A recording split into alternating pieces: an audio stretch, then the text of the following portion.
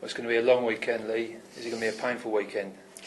Well, it could be. I mean, it depends on these other results first and foremost. I mean, my mind's going to be on at the KC Stadium for Hull, Stoke, and Reebok for Bolton Sunderland. If we can get two positive results there from a Newcastle point of view, then I think that would really tee Newcastle up perfectly. And if they can't do it against Middlesbrough, then frankly they don't deserve to stay up from my point of view. I know it's a sad fact that Newcastle now obviously looking at other people's results and relying on them. Whatever they do on Monday, things could be decided largely on what does happen at the KC Stadium. And Newcastle have been lucky in the last 3 weeks. They've got no results themselves, but pretty much every other result's gone for them. And I've just got a feeling that this weekend that luck could run out. I can see Stoke, who are all but safe, not great away from home. Obviously have a good home record, that's why they've stayed up, but not great away from home. Hull at Villa the other night looked like they were a team at least battling to survive. Not great on quality, but hell of a lot of effort. 3 points for Hull tomorrow, and I can almost see Monday night being an 18th, 19th place playoff, let alone a relegation. Yeah, it's going to be tough. I mean, I certainly wouldn't want to pay money to watch Hull City v Stoke. I mean, judging from what I've seen from both teams this season, but that said, we've seen quite a lot of dross at St James's Park as well.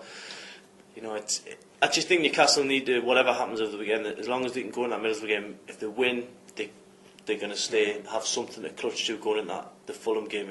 I still think there's a few twists and turns even in the last 3 games, but while we're all hopeful, it is looking bleaker and bleaker, especially after the sort of farce what unfolded at Anfield. Exactly, I mean, on and off the field. I don't want to sort of spend too long talking about Joey Barton because it's basically not worth it. He proved that again on Sunday in spectacular fashion, but what I worry about is the lack of creativity in the Newcastle side when they've got to break teams down at home. The last few months they've shown time and time again that they're struggling to do that without someone like Barton who at least gets forward in support of the strikers. Yeah.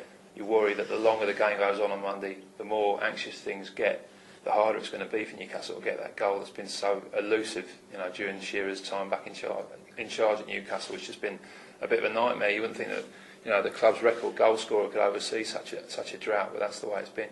It's unbelievable. You haven't only got one strikeout for him. You've got Marvin Ducker, who can't seem to hit the barn door, and Robert Martins is just what's happened to him basically. The only guy that's shown a bit of sort of promise is Andy Carroll, who's obviously never going to start ahead of the so-called big 3. I'm just hoping that something can change it in that game, because I know Newcastle had a bad season. I know Middlesbrough and Sunderland, Middlesbrough and West Brom have actually won more games than Newcastle, which is quite a startling statistic. But that said, I honestly think Middlesbrough are a much worse team than Newcastle. I mean, they've been hopeless at times this season. It might sound very rich coming from a Newcastle fan to say that, but I just think that they really are there for the taking on Monday night. And I'm looking around the pitch.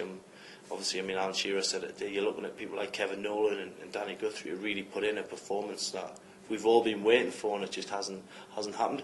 I haven't got too many complaints with the sort of the defence, because I think people like Bassong and Bay, you can't really ask any more from them. They're doing everything they can, but it's got to be in the other 2 sections where we need to see something. Absolutely. Because you can't win games unless you score goals, and it sounds really obvious, but that's the case. Something's got to change from now on. All 3 of those strikers, Owen, Martins, Viduka, they need service. And that midfield has just been so pedestrian, so one-paced.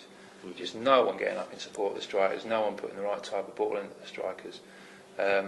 Again, if you can get an early goal, just relieve the pressure. It's just so crucial, but I've got my doubts.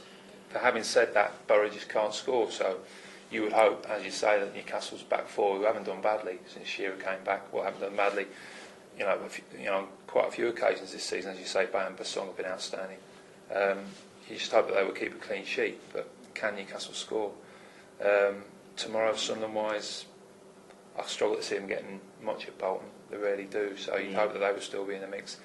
But I'm still worried about that Stoke, the whole Stoke game. I really am. That's one we're all thinking of, But hopefully, one of the good things that's probably come out this week for me is the fact that probably you've said it, I've said it from day one that probably Alan Shearer's going to be in charge no matter what happens next season. I think that's a massive. Obviously the Nationals have just managed to pick on it today, but it's been anyone who's been in or around the training ground. It's been pretty obvious, hasn't it, that Shearer's going to be in charge next season.